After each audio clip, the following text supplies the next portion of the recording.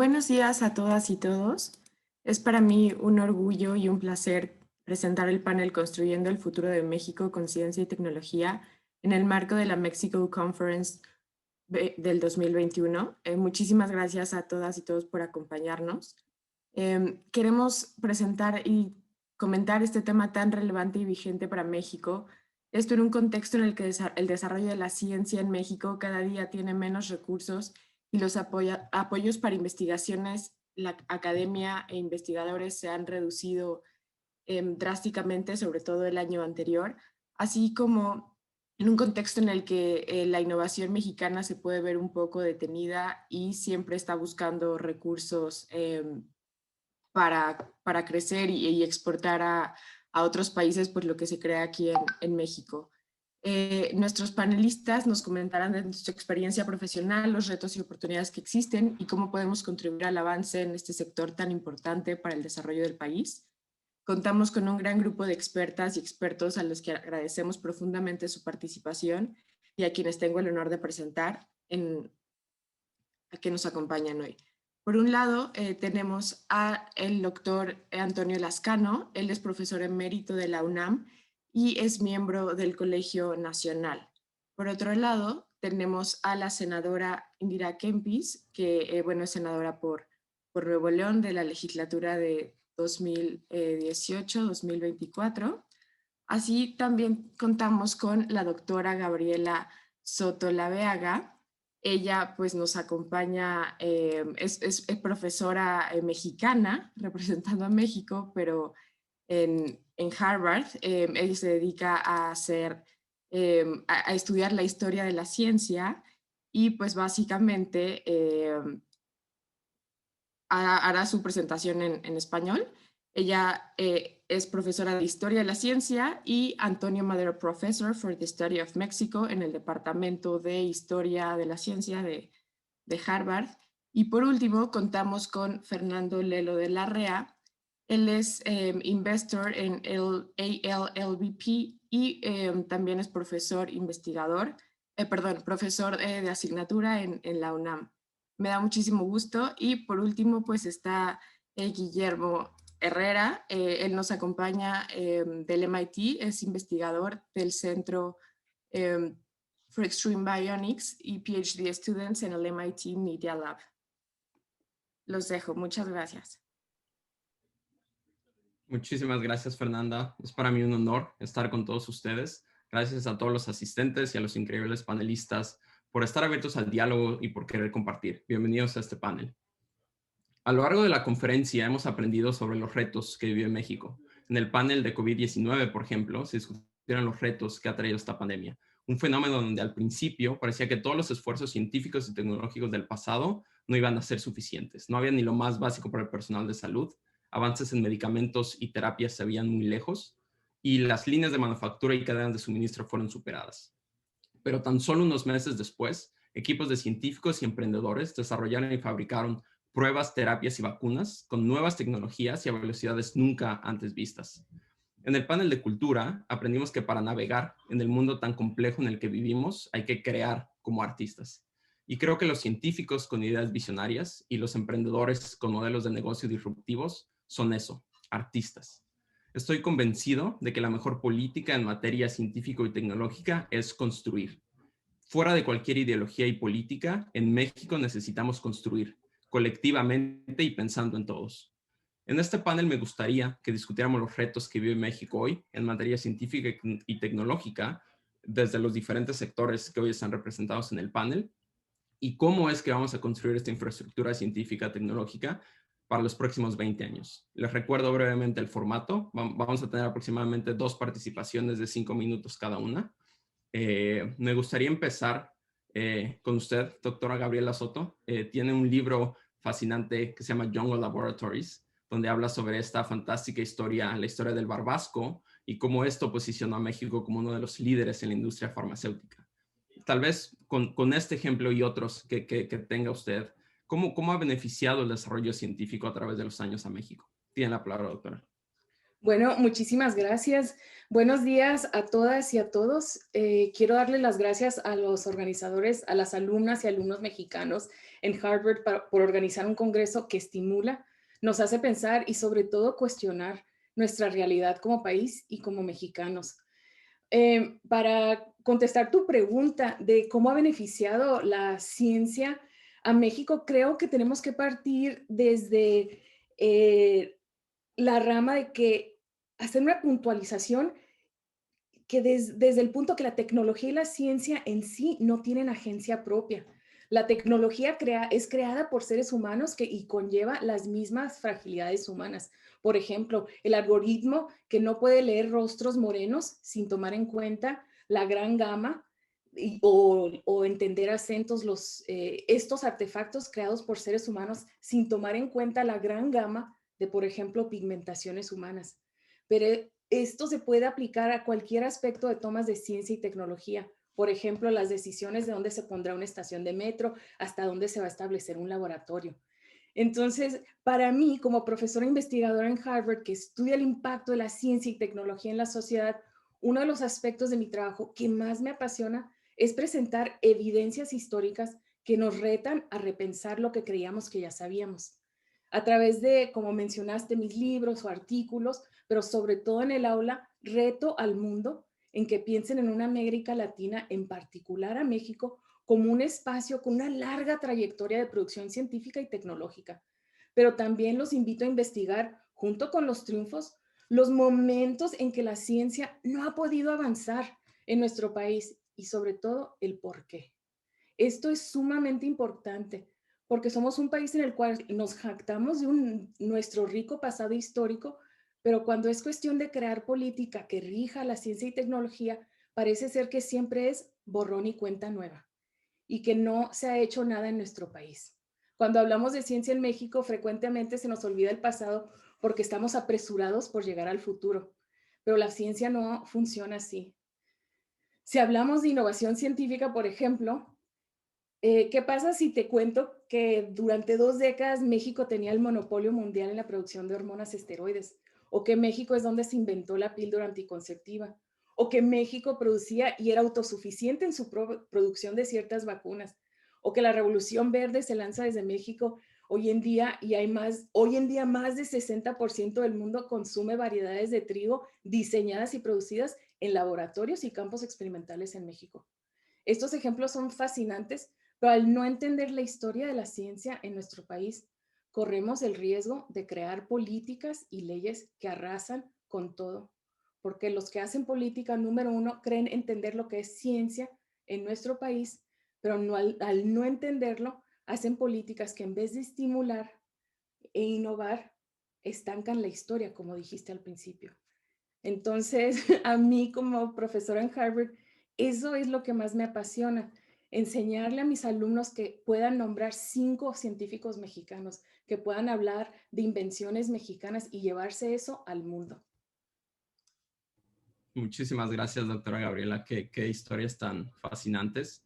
Me gustaría pasar con usted, doctor Antonio Lascano. Primero que nada, me gustaría agradecerle personalmente por la labor que hace al funcionar como contrapeso y tratar de defender y abogar por la comunidad científica en México. Creo que es una labor que requiere de mucha valentía y que es muy necesaria. Muchísimas gracias.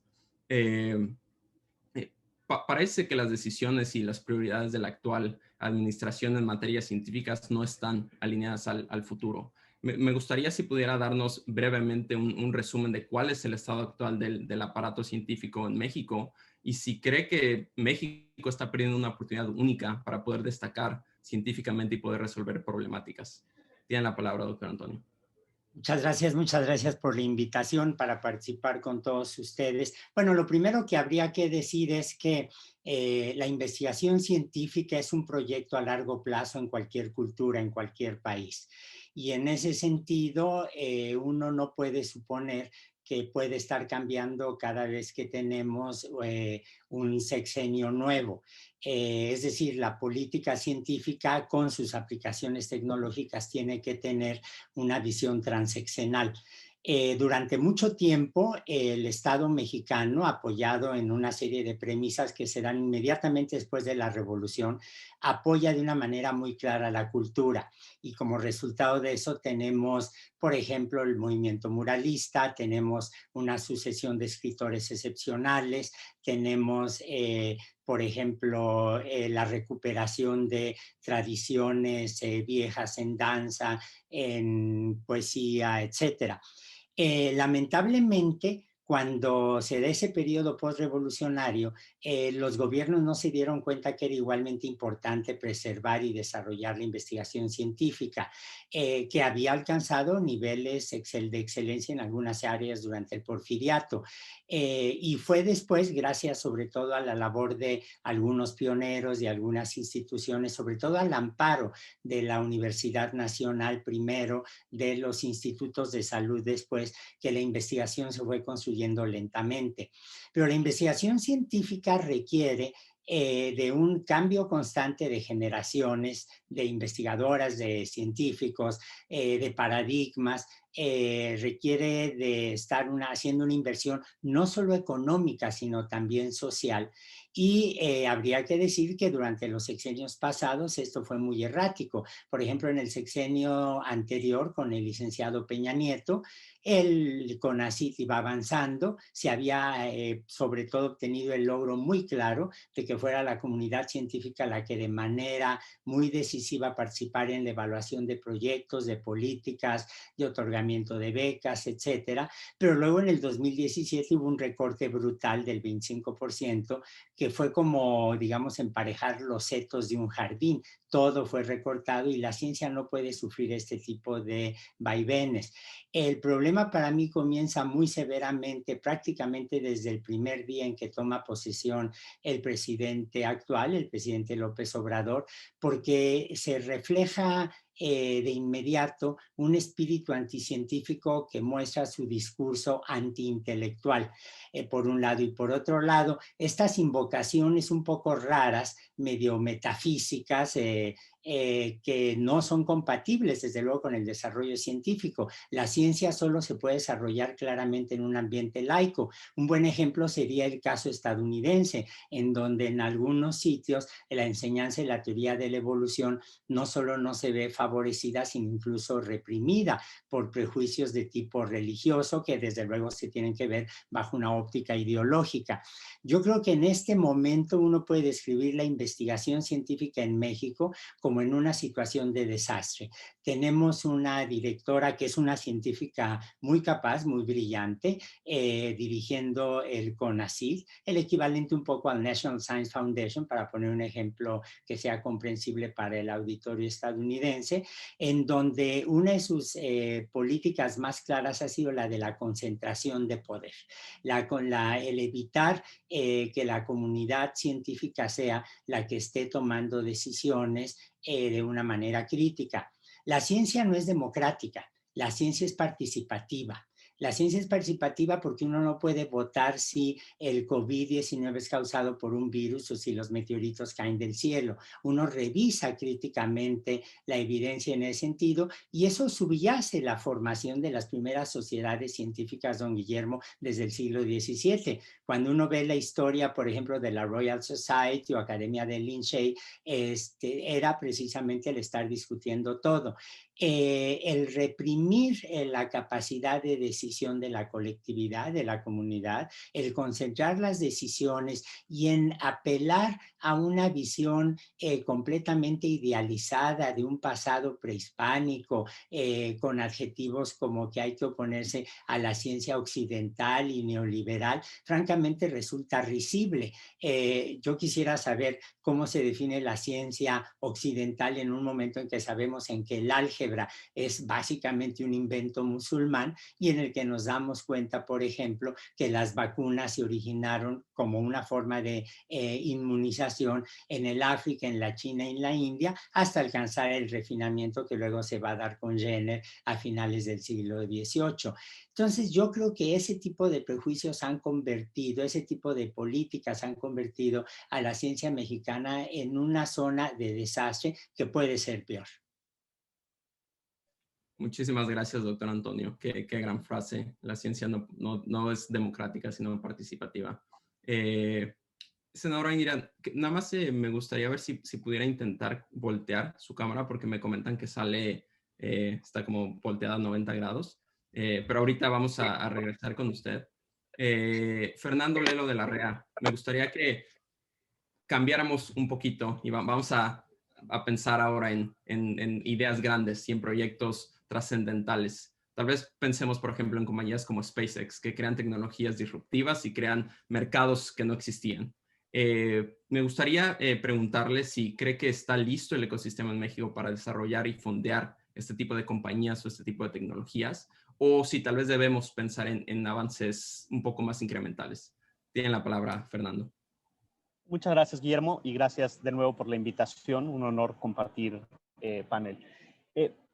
A mí lo que me parece es que hay un acierto en el diseño de este panel en cuanto a juntar el ecosistema emprendedor y la innovación ligada a este ecosistema con la innovación y la ciencia desde un punto de vista más académico y de investigación. Compartiendo lo que acaba de señalar el doctor Lascano en términos de los errores en política pública y los riesgos que existen, al mismo tiempo estamos viviendo un auge en un ecosistema emprendedor, explicado por variables no puramente ligadas a política pública en periodos anteriores, pero sí por paralelo a un auge internacional ligado a dinámicas laborales, de deseo de una generación emprendedora, de abaratamiento de la tecnología, etcétera, y principalmente por unos excesos de liquidez en los mercados financieros que han hecho que exista un financiamiento que no habíamos visto en décadas pasadas. Ese financiamiento está convirtiéndose realmente en buenos emprendimientos y estamos creando empresas que se convertirán en las grandes empresas del mañana. Hay un dinamismo a nivel microeconómico, prometedor, interesante, y que está enfocado en realmente resolver los grandes problemas de la sociedad mexicana.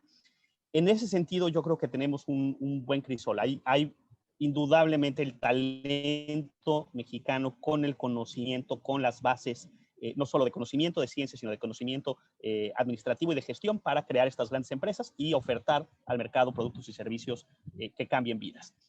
Para llegar a innovación o emprendimiento con innovación de punta de lanza que empuje la frontera de la ciencia, se necesita conectar esos dos mundos y que el mecanismo de investigación, de investigación y desarrollo, de patentes, etcétera, vaya embonándose, que existan las instituciones de transferencia de conocimiento que conviertan a los mercados y a partir de ahí lancemos emprendimientos con una base científica más sustentable. Pero a mí me parece que el emprendimiento debe estar centrado en las necesidades del mercado y no en el alcance de la ciencia. Es decir, la ciencia o la tecnología son un mecanismo para llevar y ofrecer mejores condiciones de vida. Y cuando olvidamos eso y empujamos el emprendimiento por per se, por existir la ciencia, podemos enfrentarnos a la dura realidad que el mercado no está ahí. Y entonces, cuando tu pregunta es, oye, ¿podemos llevar ciencia mexicana que permita crear un SpaceX o que estemos en la frontera de la ciencia en términos de astronomía y demás?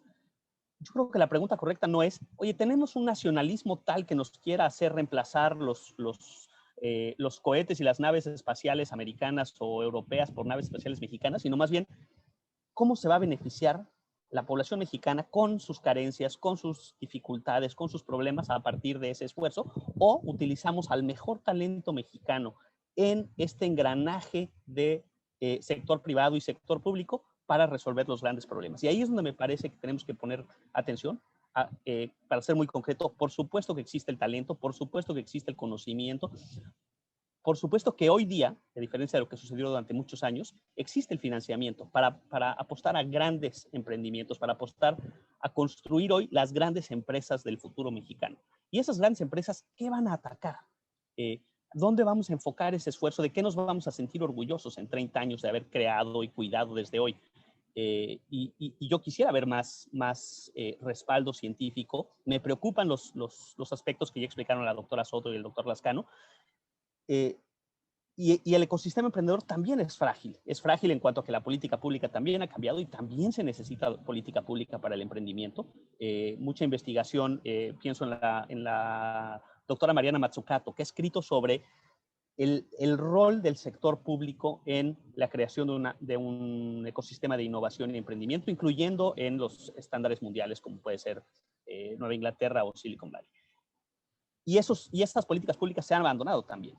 Pero esa fragilidad puede ser suplida con recursos privados. Tenemos una cierta línea de masa crítica o de tipping point que está convirtiéndose en mejores emprendimientos, pero si estamos desconectados del sector científico, si estamos desconectados de las fronteras del conocimiento, corremos el riesgo de ser intrascendentes, de no poder competir a niveles internacionales, y la manera que las fronteras se van borrando y que el conocimiento no conoce fronteras y pasa de un lado a otro, ¿cómo vamos a defender los posicionamientos de las empresas mexicanas frente a las empresas internacionales? Y ese yo creo que es donde se puede profundizar mucho. Muchísimas gracias, Fernando. Me gustaría ir ahora con usted, senadora Indira, que hablamos un poco del estado del ecosistema científico y emprendedor en México. ¿Qué políticas públicas sustentadas en precisamente buscar eso, ¿no? Apoyar a la ciencia y al emprendimiento, van a ayudar a que México sea más equitativo y más próspero? ¿Y cómo podemos hacer para que tanto estas políticas públicas como el sector público en general esté comprometido con el futuro y con las necesidades del país? Tiene la palabra, senadora. Hola, buenos días. Mucho gusto y gracias por la invitación.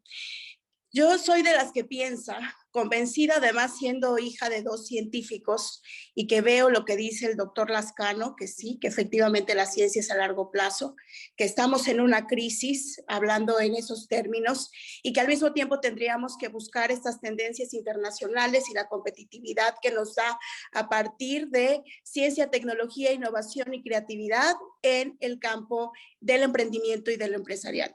Convencida de esto, pienso, porque yo tengo una premisa, no solamente para este tema, sino para otros, que donde hay compromiso hay presupuesto. Donde hay visión y prioridad hay presupuesto, y empecemos por ahí.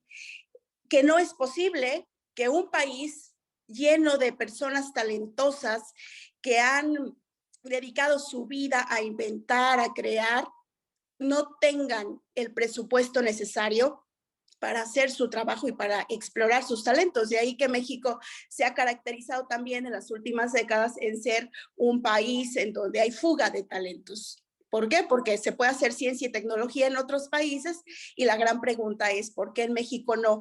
Y por qué incluso se ve hacer ciencia o emprender con ciencia como si fuera algo inferior, como si estuviera en la última base, junto con los y las artistas que se dedican al arte y la cultura, como si fuera lo último de la cadena de prioridades.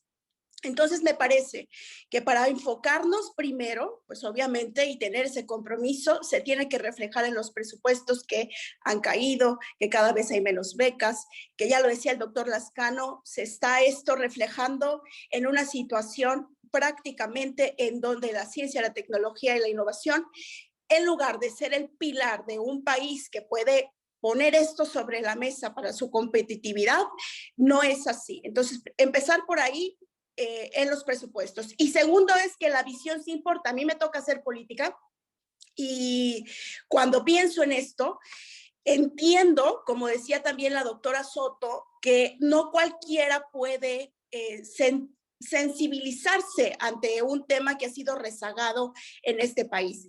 Pero sí me parece que vamos a trabajar más allá.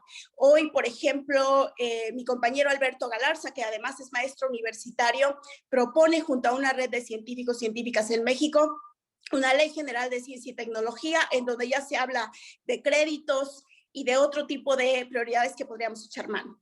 Y en mi caso, por ejemplo, una propuesta que a mí me gusta mucho trabajar con el tema de incentivos, la ley, hacer una primera ley de electromovilidad para México, hablando de que no solamente aquí podemos consumir vehículos eléctricos o crear, consumirlos, sino también crear y producir vehículos eléctricos, energías limpias y toda la infraestructura que esto pudiera llevar. Siendo así, la visión sí importa, y a la hora de hacer política, necesitamos esta visión integral, porque sin visión no caminamos. Y me parece que eso es algo que le falta a esta administración, le falta al gobierno federal, le falta a algunos legisladores y legisladoras que en lugar de poner esa prioridad al final, tendría que ser dentro de las venas en donde transita el futuro de México. Yo no concibo ahora mismo a ningún país teniendo a la mano tantos avances tecnológicos y científicos sin que eche mano, además ahora en esta pandemia, en esta crisis sanitaria y económica, en donde nos demuestra que las herramientas más importantes hacia el futuro las tenemos al alcance y que hoy en México están devaluadas y lamentablemente están carentes de un compromiso presupuestal y un compromiso de visión integral hacia el futuro. Muchas gracias, senadora Indira. Teniendo muy en cuenta los particulares puntos que tal vez le duelen a México, me gustaría ir con usted de nuevo, doctora Gabriela Soto. ¿Cuál cree usted que es el rol de la ciencia en resolver los problemas sociales que afligen a las personas más desfavorecidas en el país? Tienen la palabra, doctora. Muchísimas gracias, Guillermo. Esa es una muy buena pregunta y quiero solo reflejar en algo que dijeron los tres panelistas, que es algo súper interesante e importante antes de contestar esta pregunta, que tenemos que abordarla desde el principio, que no hay una educación de valorar la ciencia en nuestro país.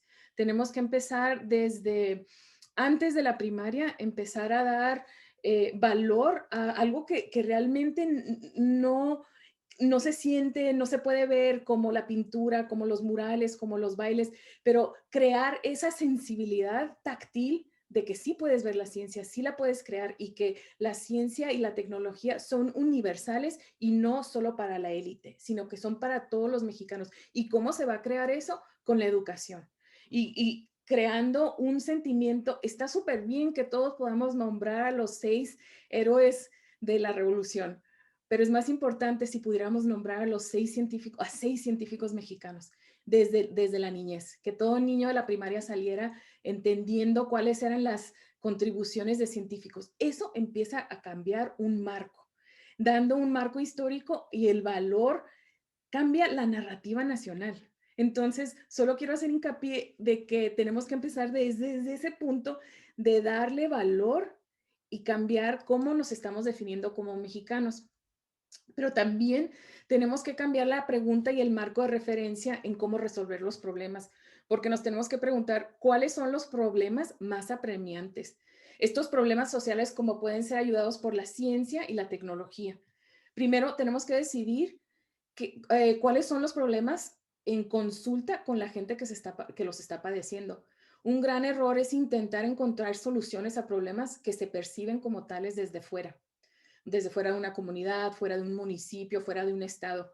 ¿Qué problemas requieren atención inmediata? Y tener que crear una escala de prioridades. Es decir, queremos todos los mexicanos que tengamos acceso a hotspots, pero vivimos en un país en donde la muerte materna sigue siendo altísima. Niños siguen muriendo por la falta de agua potable, la falta de acceso a la atención médica, etcétera, etcétera. Lo hemos visto en los otros paneles. Entonces, un gran reto es decir, cómo nos vamos a definir como sociedad dentro del marco de la ciencia y tecnología.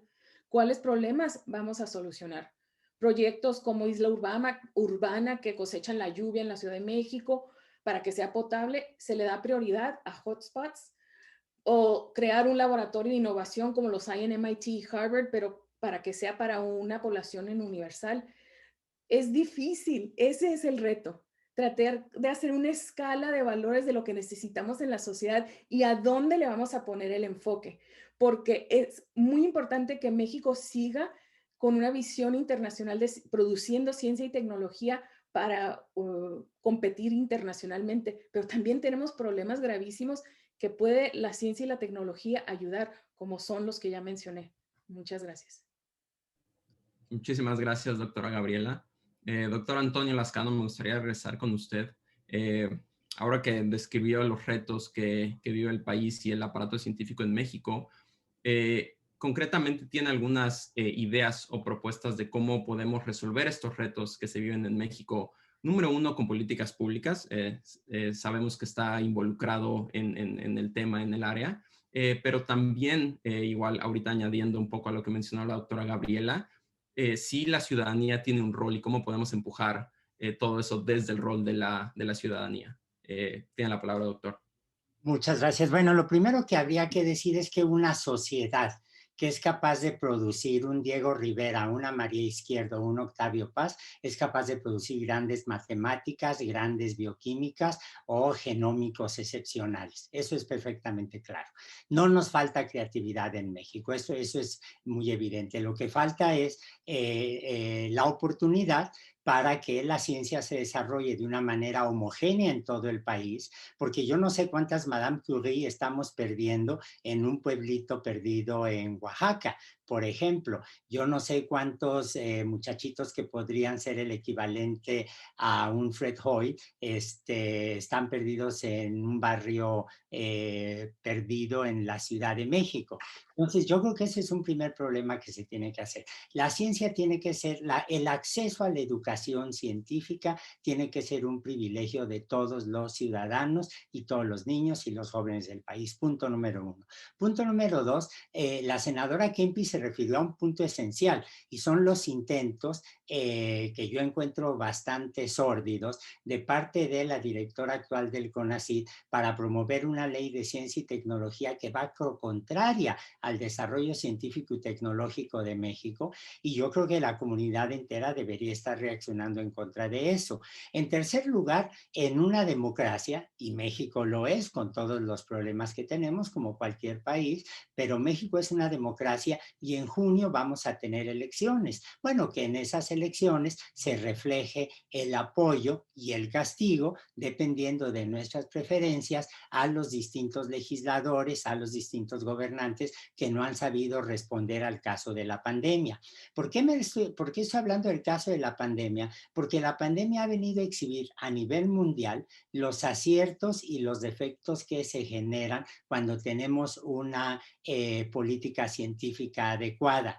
México, como ya se dijo, tuvo un momento en el que era un referente en la producción de vacunas. Eso fue desmantelado en sexenios pasados y ahora resulta que tenemos un grupo verdaderamente excepcional, sobre todo de vacunólogas, ahí predominan las mujeres, que podrían ser consultadas para efectivamente desarrollar algo, pero es algo que no se va a poder desarrollar en un año o en 3 meses, es algo que requiere una inversión a largo plazo. Voy a poner un ejemplo muy concreto. Cuando se descubrió el láser, se anunció como una solución en busca de problemas. No podemos concebir la vida actual en todos sus aspectos sin los láseres. De igual manera, lo que tiene que haber un apoyo es a la investigación, no pensando solo en esa mal llamada investigación aplicada, sino recordar lo que dijo Claude Bernard en algún momento. No hay investigación aplicada e investigación básica. Lo que hay es buena investigación o mala investigación. O como dijo Schiller, el escritor alemán, la ciencia no es una vaca que se pueda ordeñar. La ciencia da resultados y lo que va a tener en un momento dado son resultados que tienen una mayor o menor aplicación. Permítame muy rápidamente poner el ejemplo concreto de mi laboratorio. Nosotros tratamos de entender el origen y la evolución de la vida. De hecho, tenemos colegas muy queridos ahí en la Universidad de Harvard, donde están gentes como Jack Szostak y demás. Y uno de los problemas que tenemos en origen de la vida es tratar de entender de dónde se formaron los compuestos como los aminoácidos o las bases que vemos en el RNA y el DNA. Esas bases las podemos sintetizar en el laboratorio, simulando las condiciones de la Tierra primitiva, o las podemos buscar en meteoritos. Yo he participado en ambos tipos de investigaciones. Bueno, resulta que ahora ese tipo de bases, ese tipo de compuestos, los estamos usando como inhibidores de la replicación del SARS-CoV-2. Una investigación que se podría pensar como totalmente básica, completamente alejada de problemas reales, resulta que genera un grupo de jóvenes que permiten proponer, que se les permite proponer maneras de poder ayudar a controlar la pandemia de COVID-19. De manera que lo que yo creo que hay que tener claro es eso, la ciencia no es una vaca que se pueda ordeñar, sino que tiene que ser parte de la cultura de todos los países.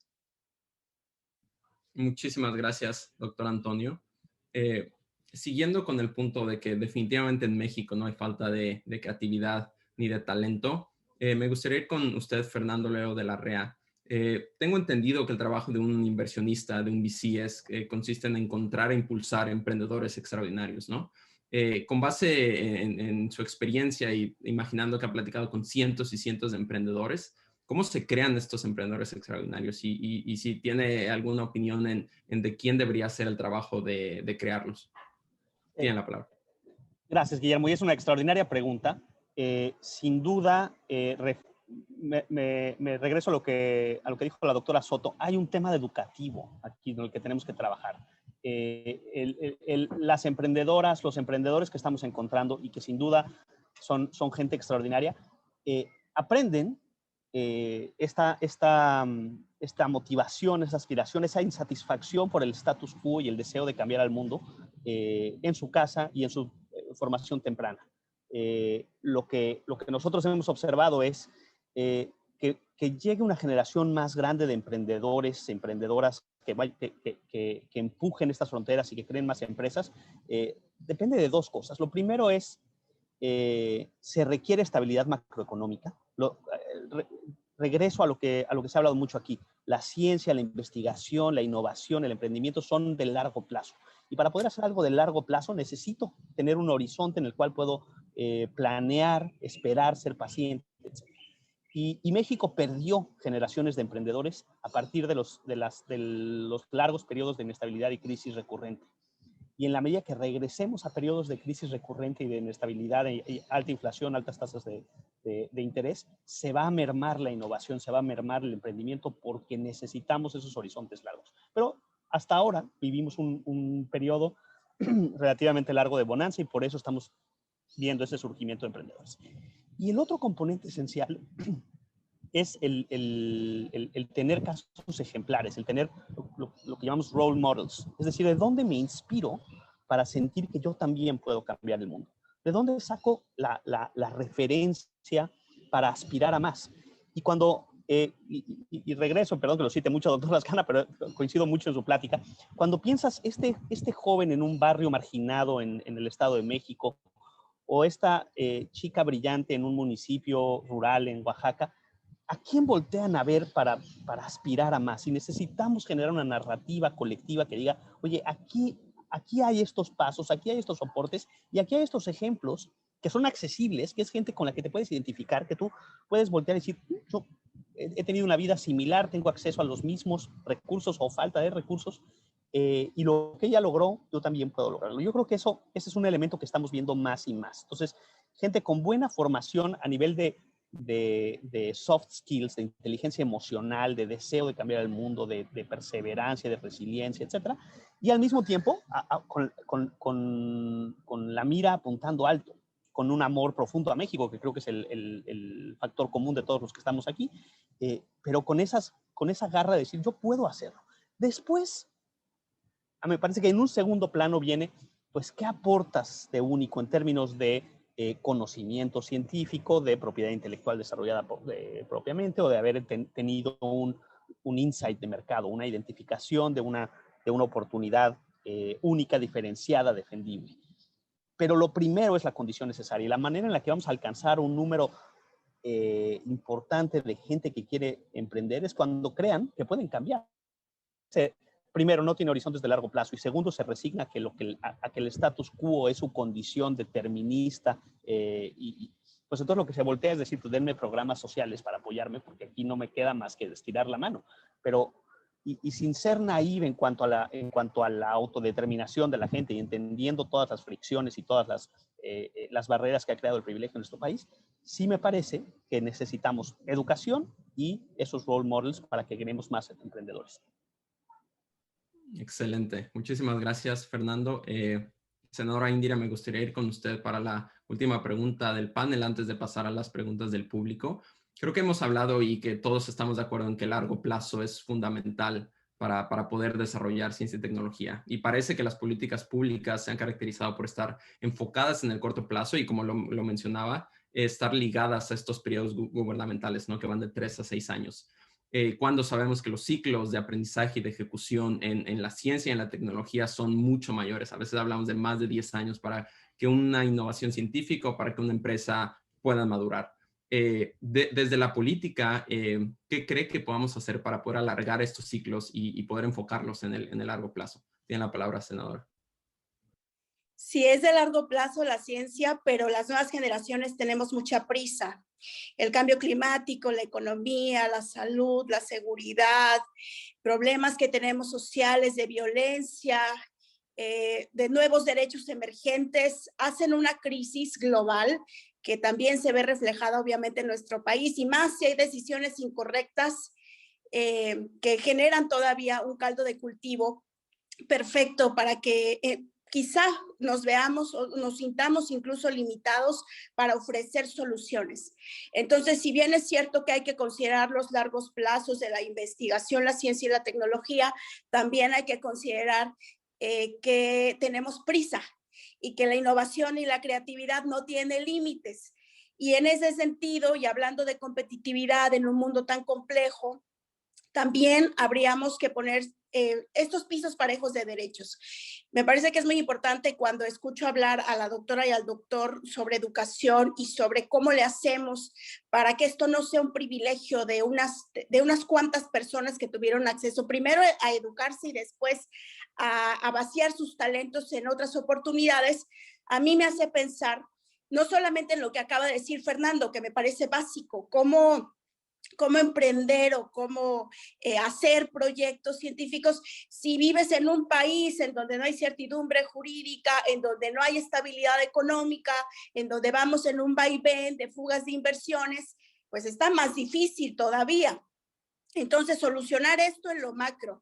Pero si nos vamos entonces a la prisa que sí tenemos para cortar la toma de decisiones, necesitamos que transitar hacia una mayor participación, y ahí me parece que estemos de acuerdo o no en ciertas iniciativas que además cuestan mucho trabajo también, porque ustedes saben que no todos los políticos y las políticas tienen esta misma visión de darle prioridad a la ciencia y la tecnología. También me parece que son oportunas las discusiones, oportuno el debate en este momento en donde tenemos que empezar a hablar de eso. ¿Por qué? Porque la educación se vuelve insuficiente cuando el derecho a la educación, aunque lo tenemos y es constitucional, vamos a partir de ahí, en la realidad hay muchos obstáculos que violentan ese derecho desde que somos infantes. Entonces, sí tenemos que hacer una defensa férrea, visibilizar que esto es algo que tenemos que hablar, que escuchar, y me parece que por eso estamos aquí, porque si algo defiendo como legisladora es la participación de la gente, de estas visiones, para poderle dar prioridad. Y vuelvo a como empecé, si no hay presupuesto, no hay compromiso. Y por eso deberíamos también de estar enfocando nuestros esfuerzos para tener estas pequeñas victorias. Yo lo llamo así porque tampoco se puede hacerlo todo a la vez. Pero me parece que las nuevas generaciones con esta prisa están interrumpiendo esta toma de decisiones tan lineal, y que en muchos temas, incluyendo hoy tenemos que avanzar para poder romper los mitos que en términos políticos siempre necesitamos que el presidente lo entienda, porque si el presidente no lo entiende, nadie lo entiende. Entonces me parece que es momento de ser más disruptivos y de innovar. Por eso en mi trabajo legislativo me enfoco mucho a hacer leyes de incentivos. Pues nadie va a crear algo nuevo si no tiene incentivos y si solo hay castigos a la hora que lo haces. Entonces, esta manera de ver otra forma de hacer las leyes también nos podría motivar y auxiliar para que podamos llegar a acciones más concretas, pero sin que la gente que es afectada, sin que la gente que le duelen estos temas esté ausente en la mesa, tampoco podemos avanzar. Entonces hoy es hacer una convocatoria abierta. Yo sé que estoy diciendo algo políticamente incorrecto, pero es hacer una convocatoria abierta a que se participe, se nos vigile y se nos exija, porque para eso también estamos en estas responsabilidades y tendríamos que comenzar a romper los ciclos que en política se eternizan y que no debería de ser así, porque interrumpimos el desarrollo obviamente de nuestro país. Muchísimas gracias, senadora. Vamos a pasar a la parte de preguntas del público. Aquí hay una pregunta para el doctor Antonio Lascano. ¿Cómo podemos compensar la eliminación de los fideicomisos que fondeaban proyectos de investigación multianuales? ¿Cómo garantizamos la estabilidad e independencia de los centros de investigación públicos como el CIDE o el CINVESTAV ante una administración federal adversa a los espacios de autonomía? Tiene la palabra, doctor Antonio. Muchas gracias. Yo creo que la respuesta es muy simple. Militando activamente en contra de las leyes de ciencia y tecnología, las regulaciones que están emanando gracias a filtraciones del CONACYT, activamente en contra del intento de cambiar reglamentos como el del Sistema Nacional de Investigadores y apoyando las propuestas independientes que están surgiendo de la misma comunidad, acercándonos desde luego a los legisladores, a las representantes que tenemos en los congresos locales y federales y tratando de evitar que efectivamente se creen más limitantes para la investigación científica y tecnológica. Muchísimas gracias, doctor Antonio. Aquí hay otra pregunta. A finales del sexenio de Enrique Peña Nieto, el CONACYT sufrió recortes monumentales que impactaron directamente en el financiamiento de cientos de estudiantes mexicanos en el extranjero. ¿Qué mecanismos se les ocurren para blindar este tipo de fondos para estudiantes de posgrado, por ejemplo? Y aquí lo abro si el que quiera hablar puede desactivar su micrófono. Sí, doctor Antonio. A ver, yo creo que hay ejemplos excepcionales a nivel mundial de cómo evitar este tipo de problemas. Ante la pandemia, ¿cuál fue la respuesta que tuvieron países como Israel, como Canadá, como Alemania, como Inglaterra y como Estados Unidos? Aumentar considerablemente el presupuesto para la investigación científica en general y blindar el dinero para la educación en general, de tal suerte que no evitemos que los cambios de gobiernos limiten el presupuesto para la docencia, la investigación y la difusión de la cultura, incluyendo la ciencia.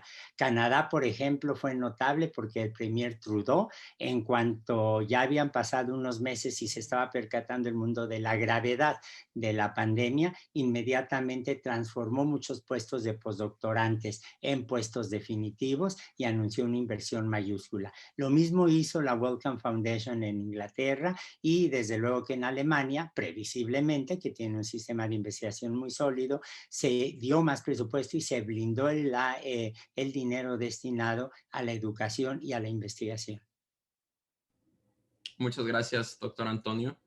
Aquí hay una pregunta para Fernando Lelo de la REA. ¿Cómo podemos lograr que fuentes de capital paciente financien proyectos de innovación científica de largo plazo? ¿Sería recomendable pensar en emisiones de largo plazo respaldadas por el sector público para suplir la falta de presupuesto? Tiene la palabra, Fernando.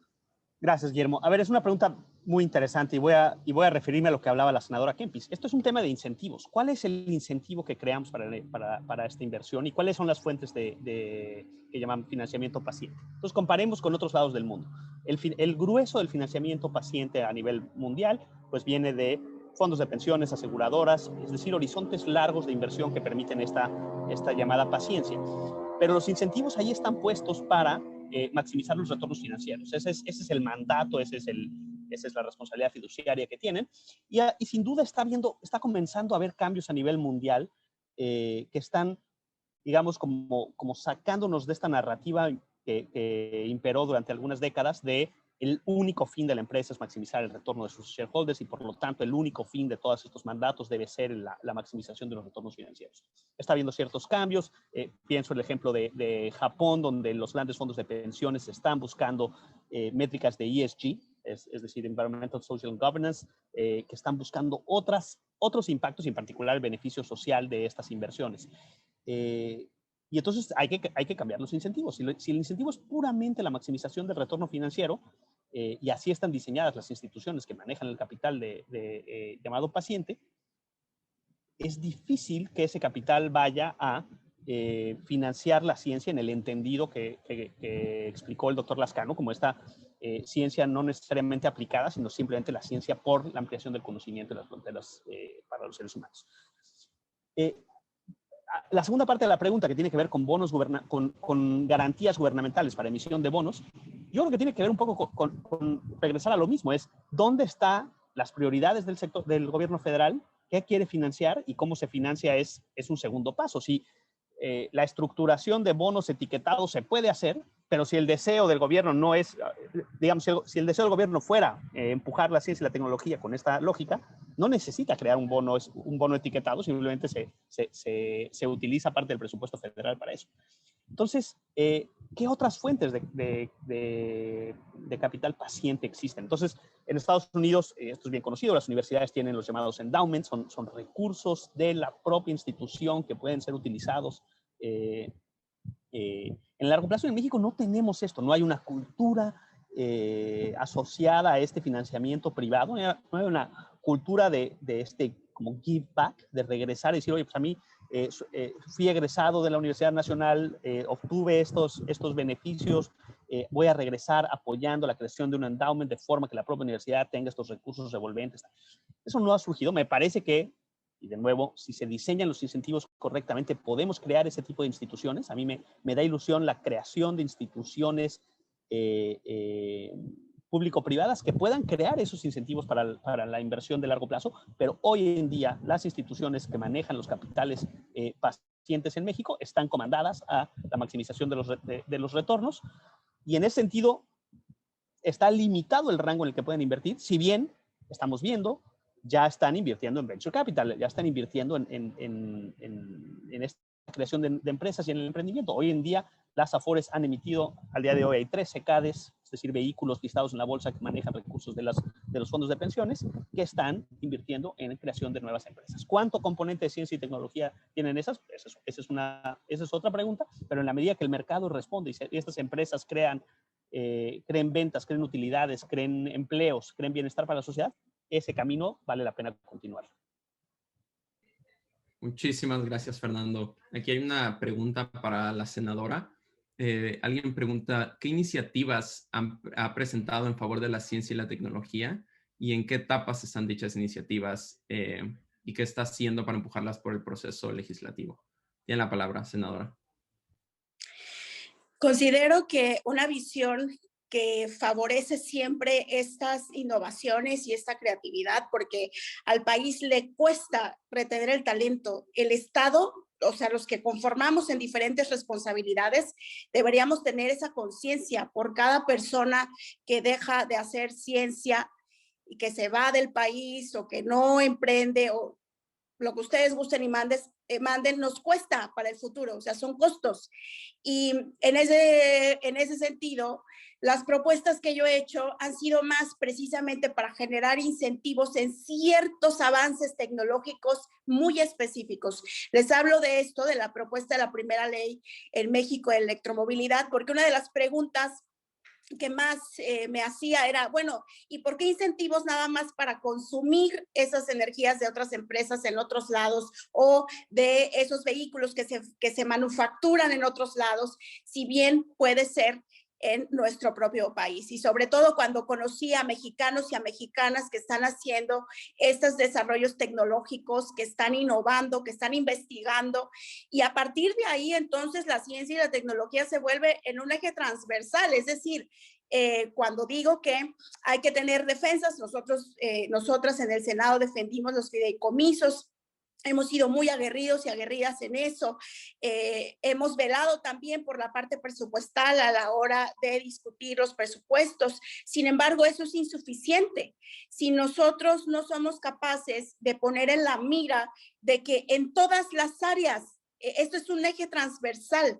Les podría decir, como cuando hablamos del género, ya no tendríamos por qué estar tan enfocados en algunos debates que son más bien del pasado, y comenzar a hacer iniciativas en función de en donde tenemos áreas de oportunidad para desarrollar el talento y para hacer multidisciplinar la iniciativa, porque Luego nos enfocamos también mucho en un área como legisladores y legisladores, les fascina además hacer leyes como si todas se fueran a aplicar y como si tuviéramos gavetas nada más de leyes ahí tiradas que nadie, a veces ni siquiera se llegan a aprobar, sino más bien con asertividad, con acupuntura legislativa y tomando en cuenta que la tecnología, la ciencia y la innovación están vivas.